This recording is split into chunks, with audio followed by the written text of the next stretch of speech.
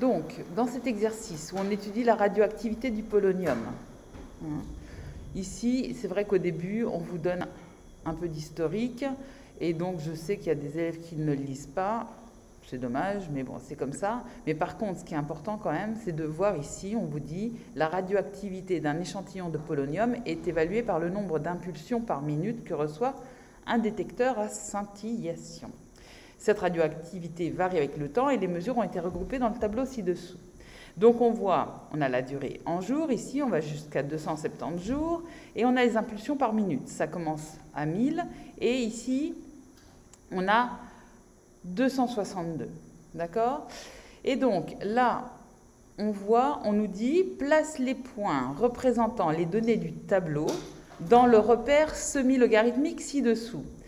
Donc, j'en ai vu certains qui, par exemple, pour le point qui correspond à cette colonne, 0, 1000, c'est vrai qu'il suffit de le placer ici. On n'a pas besoin d'informations supplémentaires. Pour le point qui correspond à 30, 896, alors 30, 896, on regarde ici, l'abscisse 30, elle est là.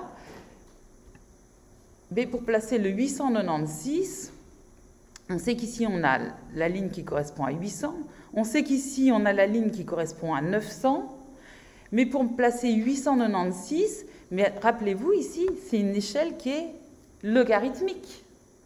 Donc vous ne pouvez pas faire par proportionnalité, hein, on est bien d'accord. Ici, entre 200 et 300, là ça représente 100.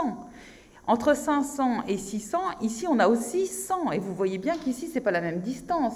Donc, vous pouvez, si vous n'utilisez pas cette ligne ici du tableau, vous arriverez à les placer, vos points, mais alors la précision, elle ne va pas être terrible. Donc, elle sert à quoi cette ligne dans le tableau, à votre avis? Pourquoi on l'a mis? Je n'ai pas oublié, je n'ai pas rajouté une ligne parce que je ne sais pas utiliser le traitement de texte. Oui. Qu'est-ce qui n'est pas tout à fait juste? Oui, et donc comment cette ligne, elle te sert à quoi pour placer tes points de façon précise? Oui. Il faudrait calculer le logarithme des résultats des impulsions par minute. Exactement, c'est ça, c'est exactement ce que vous devez faire. Et donc, en fait, vous devez compléter dans le tableau, et ici, vous allez voir que, alors pour 1000, vous allez trouver 3, puisque 1000, c'est 10 puissance 3. Donc le log en base 10 de 1000, c'est 3. Et là, vous allez trouver des valeurs approchées, mais bon, j'ai mis à 0,01 près, sincèrement, de toute façon, vu la précision sur le... C'est une précision qui est un peu excessive, hein, parce qu'avec un seul chiffre après la virgule, ça peut éventuellement suffire, mais c'est pour vous faire comprendre ici que eh ben, vous pouvez pas, si vous voulez être précis, vous devez calculer cette partie-là. Et une fois que vous avez calculé cette ligne, vous vous en servez pour placer de façon précise vos points. OK?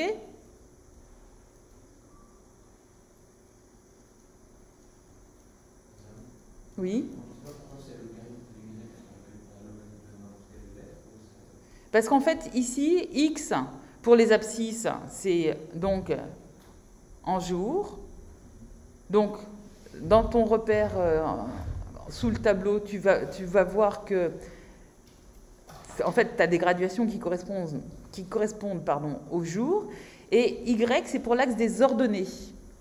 Donc, c'est parce que j'ai rajouté ces petites lettres-là. Comme ça, je n'ai pas besoin d'écrire log, entre parenthèses, impulsion par minute. C'est plus court.